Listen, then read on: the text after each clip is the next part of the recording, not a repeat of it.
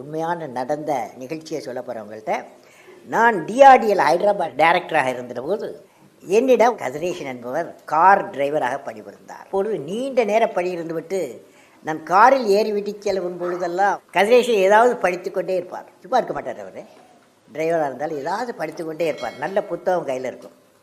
அப்பொழுது ஒரு நாள் என்ன படிக்கிறீர்கள் கேட்டேன். அவர் சொன்னார், சும்மா இருக்கும் நேரம் பார்த்தால் எனது குழந்தைகளின் படிப்புக்கு உதவியாக இருக்குமே என்று படிக்கிறேன் என்று சொன்னார். படித்திருக்கிறீர்கள் என்று கேட்டேன். அவர் 10ஆம் வகுப்பு வரை படித்ததாக சொன்னார். மேலும் படிக்க ஆர்வத்தில் தான் மிகுந்த ஆர்வம் உண்டு என்றார். ஆனால் என்னால் எப்படி படிக்க முடியும் என்று வினவினார். உடனே அவரை திறந்த வழிப்பள்ளி மூலம் +2 படிக்க ஏற்பாடு செய்தேன். அதை வெற்றிகரமாக முடித்தார். அதன் பின் BA படித்தார். தொடர்ந்து படித்தார். MA முடித்தார். MPhil முடித்தார். பின்பு அரசியல் அறிவியல் PhD முடித்து டாக்டரேட் பட்டம் பெற்றார். இப்போது தமிழ்நாட்டில் மதுரைக்கு பக்கத்தில் மேலூர் அரசு கல்லூரியில் பேராசிரியராக பணிபுரிகிறார்.